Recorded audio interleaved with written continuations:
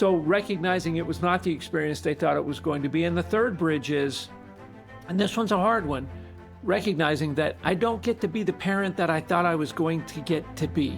Right. Most adoptive parents have this image of, having tea parties with their children or throwing the football or doing, just engaging as parents and providing a wonderful life with these kids. Sure. And instead they find themselves hypervigilant. They find themselves on guard, walking on eggshells in their own home, or, fearing for safety for their other children. And having to be a detective or a disciplinarian as opposed to this parent that they thought they were going to get to be. So Sharon's work on those three bridges, I think, is really foundational. The other things that help are cultivating compassion for this mistrusting child. Many of these children have been violated through trauma, and they just will not trust. They need patience, support, and understanding. And what's really interesting is behavioral methods don't work for this population. Welcome to the Four Peaks Parents Podcast with your host, Thomas Miller. I'm so excited to have with me Norm Thibault. Welcome, Norm. Thank you, Thomas. I'm glad to be here. Awesome. And I just want to let everyone know a little bit about what today's episode is all about. We're going to talk a lot about the joys, right, and trials and tribulations and all the positives, of course, and the opportunity, as well as obviously some of the challenges of adopting a child. And Norm is the executive director of At the Crossroads, which is a young adult transitional program. He recently completed the second term as president of the board of directors of the Association for Training and Trauma in the Attachment of Children. So no one better than Norm to talk obviously about attachment, which we're going to talk a lot about today. He's also a clinical fellow of the American Association for the Marriage and Family Therapy and is an AAMFT approved supervisor. He's certified clinical trainer of attachment and trauma-focused therapy and has served as the national board of directors for the National Association of Therapeutic Schools and Programs. Norm's got tons of experience. I've gotten to work with him, of course, throughout my career, which has been amazing, and so happy to have you here today. So thank you, Thomas. I really appreciate that. I'm honored to be a guest on your Four Peaks Parents podcast. Thank you. Well, thank you so much. So I think just a good place to start is, when you think of all of these amazing boards, all these amazing experience, of course, At the Crossroads, which I've had the pleasure of visiting and touring, which is an absolutely fantastic program for young adults that need support, right, transitioning to adulthood. What would you say, just from a 30,000-foot view, are a couple of things that have really jumped out for you about the uniqueness or the nuance of being a parent of an adopted child, which is different, of course, than a biological child? There's a few things that do pop out. One is, as far as a benevolent gesture and a wonderful opportunity of serving other people, I know of no other gesture that is as kind or as giving as being an adoptive parent. And at the same time, that can also turn a family inside out when it goes south. Can be very, very tumultuous in a family because you're in your most sacred settings in your home. We oftentimes we forget, because you and I are in the field where we work with families who are experiencing challenges. The majority of adoptions are successful by whomever measures that, and however you measure it is going to be different for everybody. But the majority of adoptions are very successful. But when they do go south, they can be devastating to the families involved at a number of levels: emotional, financial, safety, a number of variables that tie into that. And so, again, they're usually successful, and when they're not, parents need a lot of help. There's so many layers there. Yeah, I think I like about, of course, your approach to this topic, and we've had conversations offline prior to this interview, is that, you're definitely, not that you're in the marketing business of adoption. There's no kickbacks for Norm from the whatever adoption agency. However, you don't say, a cautionary tale, buyers beware, so to speak, about adoption. But again, as you and I have been in this field. I'm going on 23, 24 years in 2026. I think what we see sometimes can be problematic and challenging, but what are also the opportunities here? I mean, what do you see that, how can this experience that, of course, the word attachment kept showing up in your bio, how can a family really suture that attachment and actually use, right, what could be a bridge to cross as an opportunity to have actually a really deep, secure attachment and ultimately have a really big win for that child as well as that family? Sure. There's a few things that are really, the research support that really enhance the opportunity for that attachment, for that connection. One is parental capacity. What we know is a parent's capacity to manage their own emotions and to deal with their own challenges is an important variable on successful outcomes for adopted kids. Okay, and what do we mean by that? Well, oftentimes adopted children, especially if they're adopted children who have suffered some level of complex developmental trauma, who have been in foster care, who have been perhaps in an orphanage, what have you, for these kids, they will dysregulate at times. And it's not because they're willfully being disobedient, it's because they may be programmed at an organic level to respond to triggers in a certain way. And so parents not personalizing that, but being able to manage their own regulation in those moments is really, really helpful for the kids. It's also a Herculean task. When someone is in your face telling you they hate you, you're not my real parent, this and that, it's real hard to stay calm sometimes. We ask enormous things of adoptive parents, but Yes, it's we do. also what we know works because, the idea of enduring what feels like rejection and knowing it's not rejection, it's misplaced trust. It's not about us. It's generalized mistrust towards authority figures. Sure. So that capacity is huge. I think that's such a good point, the to not personalize and to remember, right, what ostensibly is known and unknown.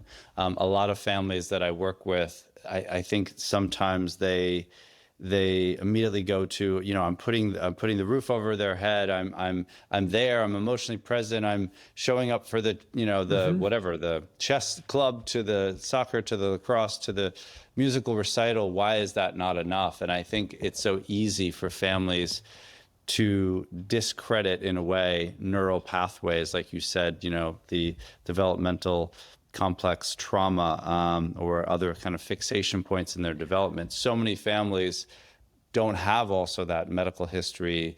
We don't know necessarily about all the genetics. We don't know about epigenetics. We don't know about, all of these things and what, even neonatally, what did that environment look like?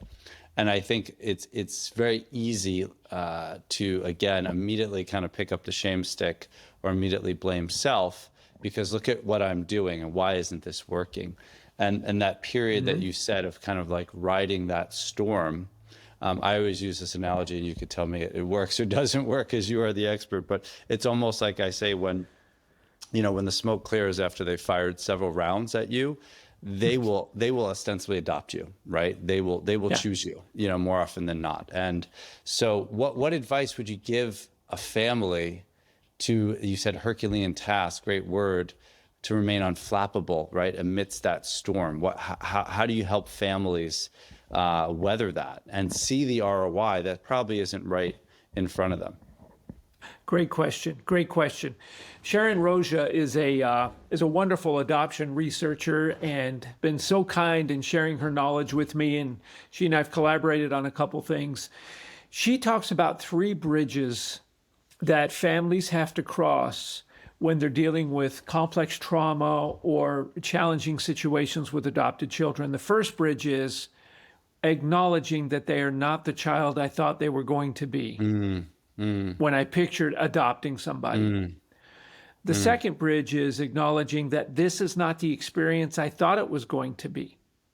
Because we create these expectations in our mind of, as you said, a child who's grateful for all I'm doing for them. In my decades of working with adoptive families, Thomas, rarely rarely do I hear from adopted kids, I am so grateful for this family and all they provided for me. More often it's, they expect me to be grateful, but how can I be grateful for something I had no say in? I had no part in.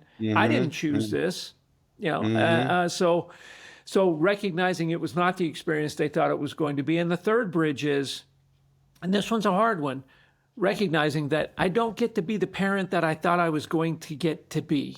Right. Most adoptive parents have this image of, having tea parties with their children or throwing the football or doing, just engaging as parents and providing a wonderful life with these kids. Sure. And instead they find themselves hypervigilant. They find themselves on guard, walking on eggshells in their own home, or, fearing for safety for their other children. And having to be a detective or a disciplinarian as opposed to this parent that they thought they were going to get to be. So Sharon's work on those three bridges, I think, is really foundational. The other things that help are cultivating compassion for this mistrusting child. Many of these children have been violated through trauma, and they just will not trust. They need patience, support, and understanding. And what's really interesting is behavioral methods don't work for this population. And understanding that's important, and understanding why. Because you love me, you shower me with things, or I have privileges when I act good. Therefore, your love for me is conditional. Sure. And it serves only to reinforce the idea that adults can't be trusted. Some other tips are mustering warmth, right? We may have to really dig to find the light and warmth in the kids that we work with or the kids that we've adopted. And usually we can't do it alone. And we need a team to help us to maintain that affection and seeing the positives in those very dark moments when we feel like this isn't reaching this child.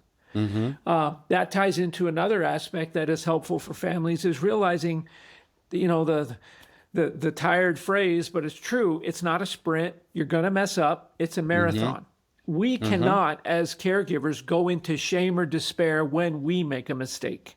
Sure. The child will not probably respond as quickly as we'd like. There's going to be ups and downs along the way, but we have to stay in the game. We have to be consistent and realize those mistakes are going to be made. They're resilient. We're resilient, and hang in there. There's so much there. Holy cow. And I think, to go back to the first part you said about, these families have these folkloric or idyllic versions of what this is supposed to be or will be. I think that's every parent. And I think it's valid. Almost like on steroids, because maybe this family has had their own difficulties, having maybe a natural childbirth, or having a child through whatever. It could be IVF, whatever that is. Some families arrive immediately at adoption. Some families, it takes a long time. And so I think what happens there sometimes too is you have those expectations are really like impacted, so almost, and in the hopper and waiting to be expressed. And now here you have, wait a minute, this complete detour. It reminds me a lot of when I was the clinical director of a wilderness therapy program in the Adirondacks, and I, without the staff knowing it, basically sort of put them in group therapy and was helping them to name their countertransference, right? For those listening, countertransference is the feelings that a therapist has, or any kind of person working with children has toward a child. A child creates what's called transference. They project a lot of things. I'm not telling you anything you don't know here, Norm, but just for the audience. And so I used to say, okay, does anyone want to like adopt this child metaphorically? And every hand would go up, because we're meant to, as caregivers or therapists or field instructors or anyone working with children who's a helping professional, we're in the business of helping. And then when I'd say, is anyone really having a hard time liking this kid? No hands would go up. And my hand would go up, and I kept modeling for them the vulnerability that if we don't name some of these uncomfortable feelings, we're going to unconsciously act out, and we're not going to maybe be as apt to move toward this child, particularly when they're on a ledge or a cliff, which is a safety issue, or particularly when it comes to that relationality. So that piece around, I forget the exact word you use, inciting warmth or looking for warmth. What was it? Yeah, cultivating warmth. Cultivating warmth. I think that's brilliant. And I'm trying to wade through some of those behaviors. It's kind of like another thing I think of a lot is that if they were sort of a cologne, so to speak, they might be wafting, a lot of self-hate, and then we are internalizing that, and then almost on some level not liking, right, this child, and that creates guilt, right? So again, the work that we can do as therapists or as parent coaches in my case, which is why I built the Four Peaks Parents Program, is to allow families to become the master of their emotions. That's the second peak of the program. It's called emotional mastery. And just naming the shame, the guilt, whatever, the rage, the frustration, the disappointment on some level actually allows them to be more present in those feelings and not unconsciously act out. And you spoke earlier about get regulated before you try to create co-regulation. So important there. What do you see as kind of the major pitfalls? I mean, the bridges are brilliant to cross. What do you see as some of the, typical pitfalls, the typical mistakes, that adoptive parents make that really make crossing those three bridges even that much harder? Well, you highlighted one of them, Thomas. Expectations. I've heard it said that expectations are preconceived resentments. And going into this, that typically, again, a child who has been in foster care or who has been perhaps in an orphanage, they're going to come wounded. They've suffered some level of trauma, and it's going to impact the way that the circuitry of their brain has developed. And so one of the challenges we have is attributing negative motivations to what is a typical response for these kids. Here's what I mean by that. And forgive me, I'll share a little research here.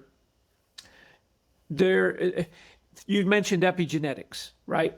The Dutch winter famine of 1944 is a great way to explain this for your listeners, for our parents. And it helps adoptive parents really understand some of the dynamics at play. So in 1944, the Holland was surrounded by the Nazis. The Nazis were starving the population. Some brilliant researchers decided to study women who were pregnant during this famine, but who gave birth after the Allies had liberated Holland and brought food into the country. And so studying those children, and this study is still going on today. They must be in their seventh generation, Thomas. Wow. They found that children who were carried during a famine, but who were born when the food was brought in, they have statistically significantly higher levels of obesity, heart disease, and other caloric-related issues. Okay? And the theory is that their DNA was expressed in utero to prepare them to survive in a famine, so that every calorie counted. It was processed differently at a molecular level.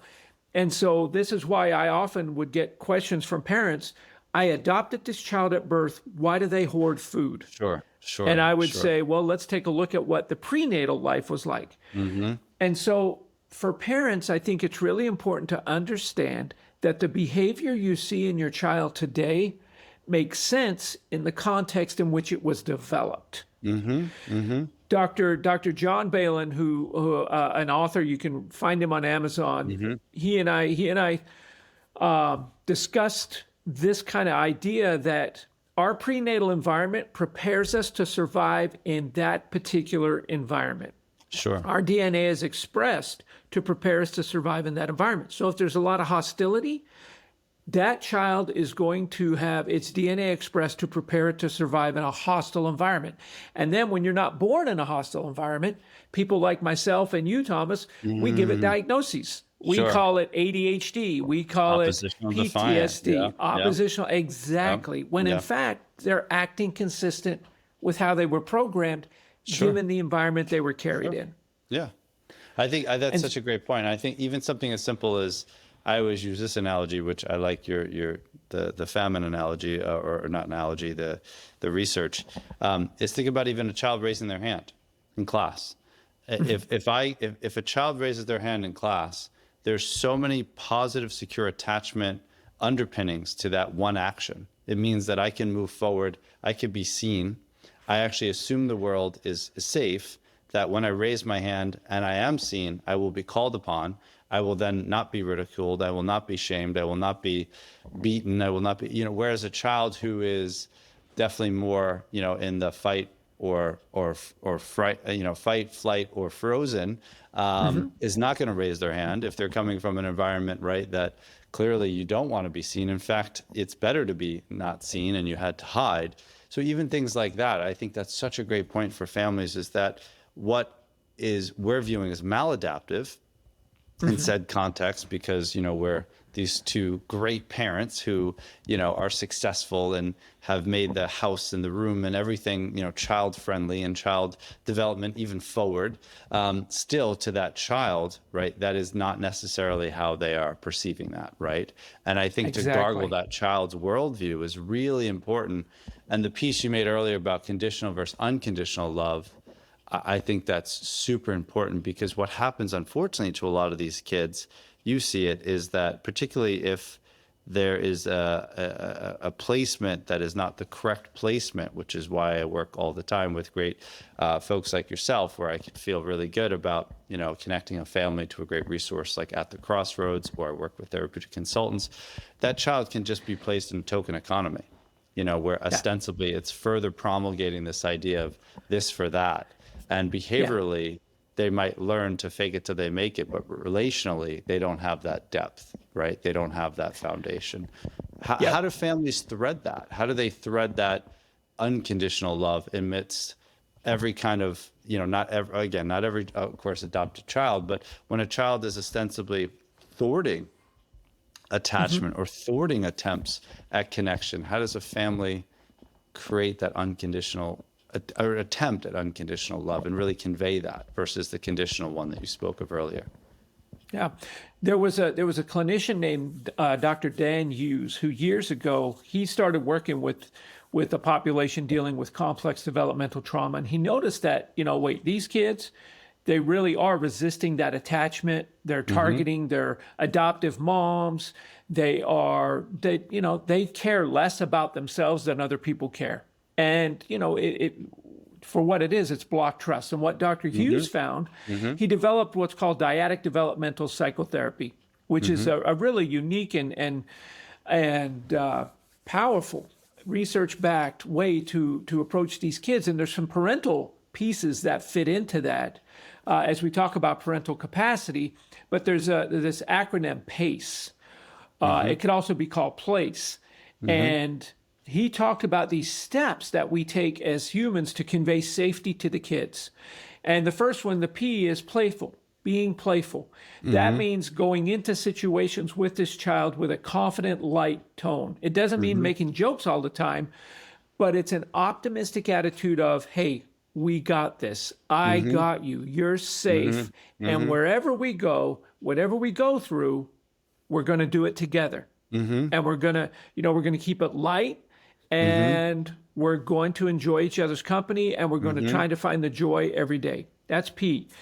The next one is acceptance, accepting the thoughts. And this one's really hard. This one's challenging. Accepting the thoughts, urges, feelings, and beliefs of your child. Even when they say, you don't love me, you only adopted me so that you could look good for the neighbors. Okay? Rather than challenge that and say, oh, what are you talking about? Of course, we went through all, we don't need to do that. Be accepting of the thoughts, urges, feelings, and beliefs. So rather than batting it back or becoming defensive, as we would be apt to do, we respond by being curious, which is the next one. And curious is, I wonder what leads you to feel that way. Help me understand. Help me get it. Now, notice when we said accepting, we didn't say accepting the behaviors. Because it's not okay to hurt other people. It's not okay to cross boundaries, steal, what have you. But we do accept their thoughts, urges, feelings, and beliefs. And then we're curious about them. Help me get it. Help me understand how you see it that way. And curiosity, I'm aging myself, okay? But for those of your parent listeners who may remember Columbo used to always act like he was the dumbest. He would act like he's the dumbest guy in the room because he was always like, I wonder this and I wonder that. And that's kind of our role, to help the kids. And what's interesting about being curious, Thomas, is when we throw out, I wonder if you told me that I don't love you because you're angry at the people who needed to love you earlier in your life. it not only avoids the why question, but if we're wrong, they'll tell us. Sure. No, it's not that at all. It's because I felt like you gave this to my sibling or this and that. They will correct us and make sure we do get it. So curiosity is a really nice tool. And then the last one, the E in PACE, is for empathic. And that is really just trying to understand the context in which this child was raised. One mistake we often make, adoptive parents often make, is assuming life began at the adoption. Right. There's a whole lot of layers. And usually if there's one thread for every adoptive family, it's loss. Loss is consistent for every adoptive family. It's the one thing that they have in common. And so being empathic to what the relationships that were lost. Maybe there was a foster care parent who was good. Maybe there was a a caretaker in their life that they missed, but all of a sudden now it's like life began when we adopted you. Well, no, there's a whole lot of history there that we can empathize with and embrace those layers of loss. And they so can meet. Yeah, sorry, finish. Please finish. I was just going to say, so we've got being playful, accepting, curious, and empathic. Those are ways that tools that families can use to reduce that intensity and help cultivate that trust with the child. That's great. And it's interesting because I do a whole thing in the Four Peaks Parents Program where even just coming alongside a child and looking at the messy room versus, which I'm guilty of. I have two teenage boys, and I've definitely come in hot and, walked into the room and been like, how the hell are we getting to the soccer match? Or, you know what I mean? You said you wanted to go to the movies or the mall with your friend, and like, I asked you to clean your room, and this is insane, right? Versus, and they're on their device, let's say playing some video game, versus, it was very hard to do, Dalai Lama level, right? But to slide down on the floor and be like, oh, wow, that's kind of like, what is that? Like, you're killing zombies there? Like, you're like a snake? Okay, that's kind of cool. Like, tell me about that. All right, so like how many seconds or minutes you have left in the game? 3, okay. But just for a hot minute, like, look at the mess, and we are supposed to leave in like 32 minutes.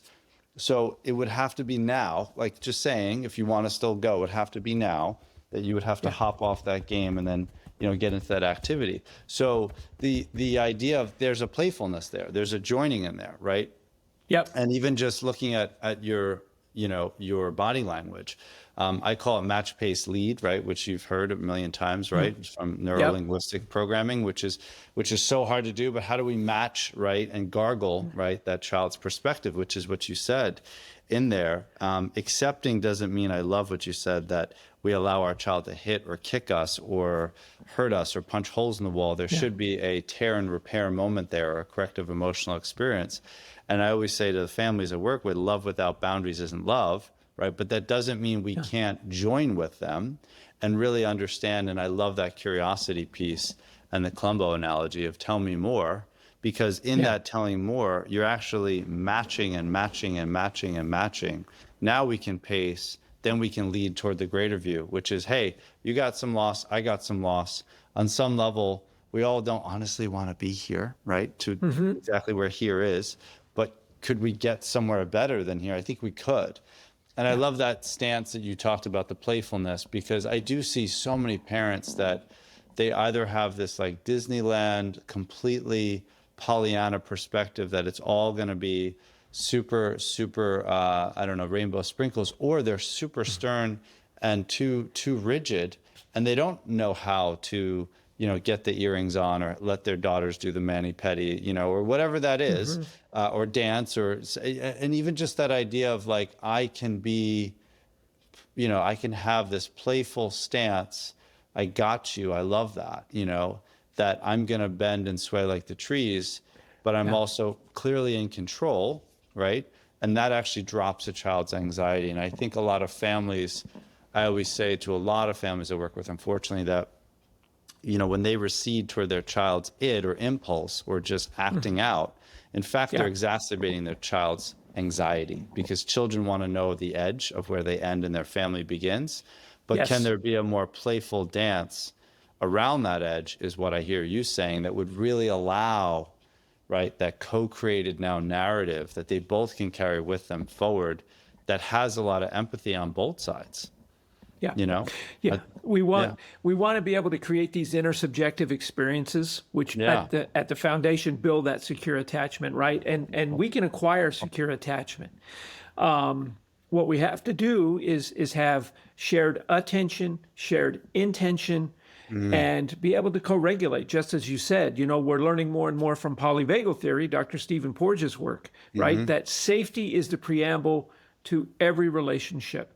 And we know that it can take some adopted children, some adopted teens, up to 2 years to trust. And so their ability to borrow serenity through concepts taught in polyvagal theory, such as the way we present ourselves, our body language, our eyes. Do we show delight in our eyes? It's interesting. Dr. Porges talks about the idea that wrinkles convey safety to these kids, which is why I asked him one time, I said, "Are you saying that we shouldn't do Botox now? Is that what you're saying?" And he said, "No, I don't want to get in trouble with all the women who are listening." But Yeah.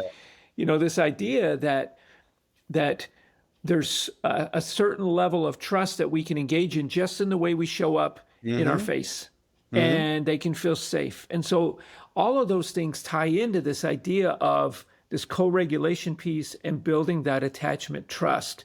And frankly, they need all those tools because there's so many challenges for these kids right from the get-go. Their starting line is different from other kids. And I'm not saying we need to coddle them, Thomas. I'm not saying feel sorry for them. They don't need that. But I think an understanding of the challenges out of the gate is very helpful. And then understanding our own limitations, because it does take a village. You need to have resources that you can lean into to manage your own stuff when it hits the fan.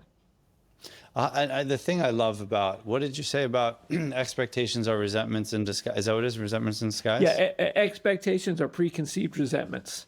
Preconceived resentments. And I think that's so true. And we're all guilty of that, whether it's, the single, mother by choice doing IVF and the child is neurodivergent and they didn't think they were having a neurodivergent child, or whether it's the adoptive family that, again, was ready. I'm ready for this, right?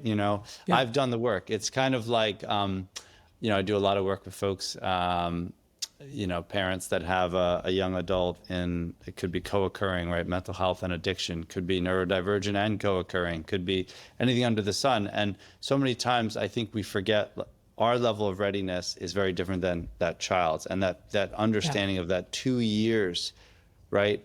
And it's hard, like you said, to stay in that. Doesn't mean stay in that as a doormat, but stay in that in terms of believing, right? I said the other day to a family, I said, what's so hard about your situation is hope doesn't always float to the surface, right? You're out there treading water and you're getting exhausted. And it would be amazing if there's like this just, life raft, or there's this, kayak that comes along and it says hope. We have to constantly inculcate and instill that and create that. And if you have a co-partner, that's great. And if you have a parenting coach, that's great. If you have, a wonderful person like yourself, when your young adult is at the Crossroads or another program, like you said, take care of yourself. Be mindful of your own compassion fatigue. Take space, right? Do self-care. All these great books you've mentioned and research you've mentioned, it's helpful. You're not alone. How do you coach, and I can guess, parents, or what's your advice in terms of how to help that child know a little bit more about, their own story if they don't know their own story? How do you help families educate the child about and make sense of, right, their own pre-adoption story? I love that piece you said, that their life didn't begin at the date of adoption. Great question. One of the things we found, there are 4 longitudinal studies that have been ongoing about birth family contact and about birth families. And what the research shows consistently, with obviously there are going to be some anomalies, some exceptions, but the research shows consistently that contact with birth family actually helps to dampen some of the anxiety that these kids feel, dampen some of the mental health symptomology that they experience. A lot of adoptive parents, it's interesting. Adoptive parents carry a lot of anxiety themselves, right? More than non-adoptive parents generally. And so a lot of adoptive parents will oftentimes have concerns about having contact with the birth family or digging into the birth family because they're concerned about rupture of the relationship, or are they going to have more influence on my child? And to be fair, Thomas, some of that is valid because a lot of adopted children don't talk about it, but they have what's called this rescue fantasy. And this rescue fantasy is that somehow, some way, someone from the birth family is going to swoop in eventually, come into their life and make everything okay and make sense of everything. And so for adoptive parents, it's real hard to compete with an illusion or a fantasy, right? Because that's, I mean, you can't live in Disneyland every day, and it's hard to compete with Disneyland. And so I think being realistic about the experience as the adoptive parents understand it, what we don't want to do, and this is real challenging as well, but what we don't want to do is disparage the birth family, the birth parents. Okay. And I had a parent challenge me on that one time. And he was very angry with me for saying that. He's right, Norm. Because he said, wait, this parent did horrible things to my daughter. And you don't want me to disparage this person. And I said, I'm not saying don't be honest about what happened. But I think we need to frame whatever's happened in the best possible light, because we're also talking about your child. Okay, you're not going to talk about that birth family without your child taking away something about themselves. And so if we paint them as these horrible people, your birth child is going to take that as well. And oftentimes the truth is that most people are doing the best they can with the information they have. Most people are doing the best they can in any given moment. And you know, we can frame and adopt our birth parents' situation in that light. The fact that, you know, with the capacity they had, with the opportunities or lack of opportunities they had, maybe they were doing the best they could. And I don't care who it is, there are positives that can be taken from anybody to their child, right?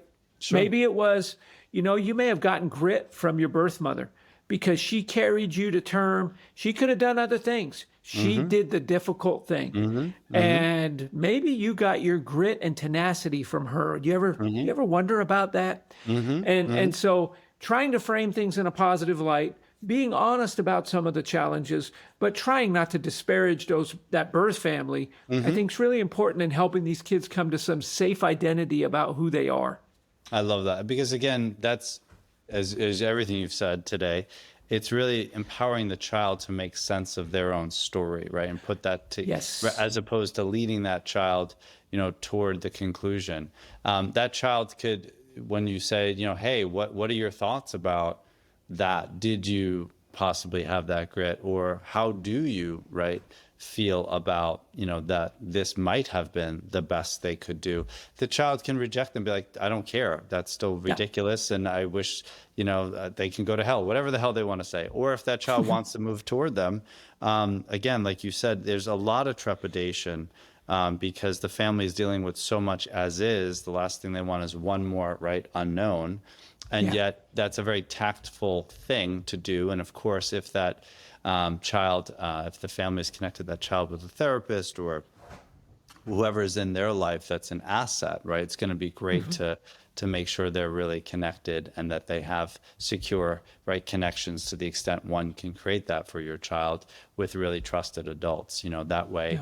But that idea of the rescue fantasy is going to be there. And I think families can even solicit that and say, you know, do you ever have these dreams, fantasies, whatever, as opposed to trying to obviously avoid it or push it down. I coached a family not that long ago where the teen was always running off to whatever state, literally like running away. And it was real. And how do you manage it, right? The cat was out of the bag. And so it wasn't their fault. But yes, absolutely. I think there's a lot families can do proactively that we sometimes kind of just, you know, hope it doesn't come to surface. But when we're actually more trusting of ourselves and our own capacity, you know, then I think we can be more effective.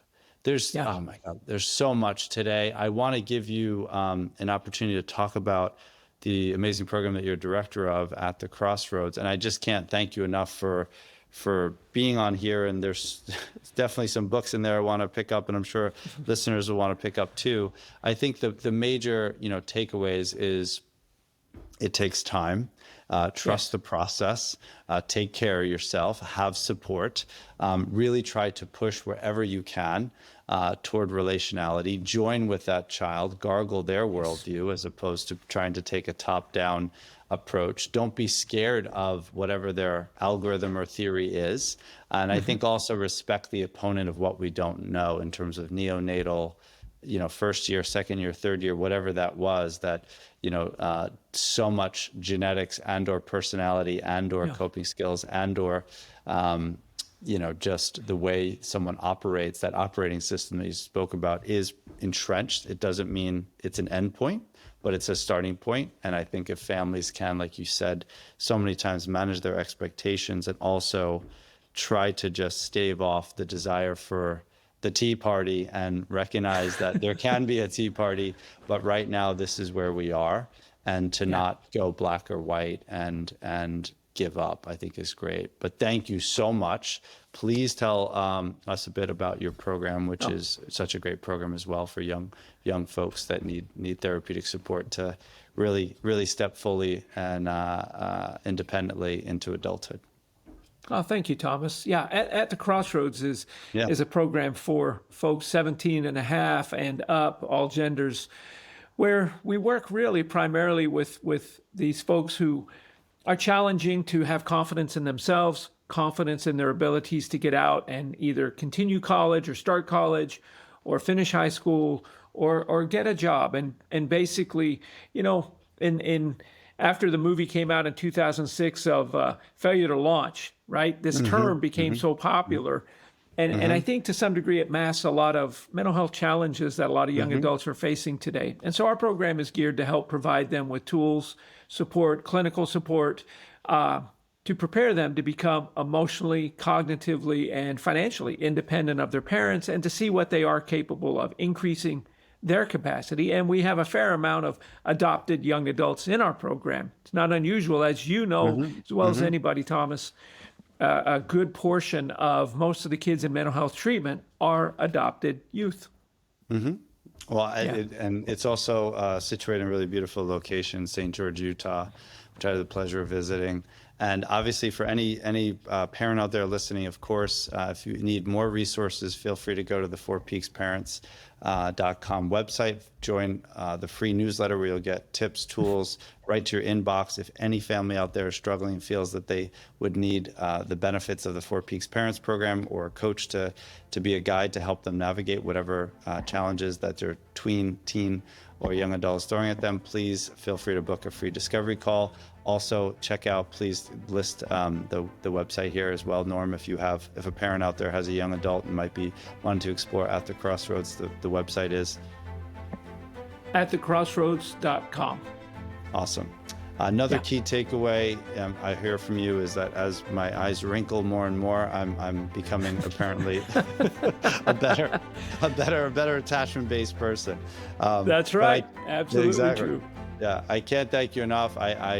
You dropped so many golden nuggets that I think will really help people open their eyes and maybe take a step away from personalizing some of the things that are happening. And I do think you've done an amazing job throughout your career, and especially today, just helping families to remain calm in the fight, not fighting, and to trust the process and to keep trying to create that unconditional culture of love for their child. So thank you so much. Really appreciate it. Well, my pleasure, Thomas, and thank you sincerely for the work you do on behalf of parents. Thank you for providing them with skills and tools, because it's hard out there. It is hard for parents. I don't know that it's ever been harder for parents than it is right now. And so I'm grateful for the work you do. Thank you.